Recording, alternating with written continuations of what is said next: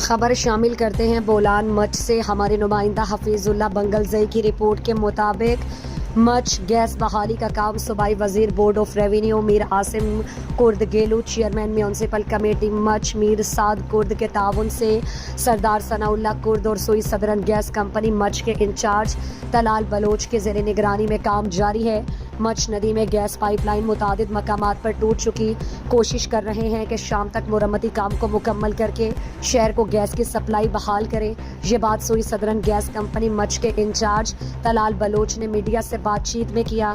انہوں نے کہا کہ حالیہ طوفانی اور سیلابی بارشوں کے باعث مچ ندی میں طغیانی نے گیس پائپ کو متعدد مقامات پر شدید نقصان پہنچایا۔ متاثرہ پائپ لائن پر کام شروع کر دیا گیا اور ہماری کوشش ہے کہ شام تک مرمتی کام مکمل کر کے گیس کی سپلائی بحال کریں۔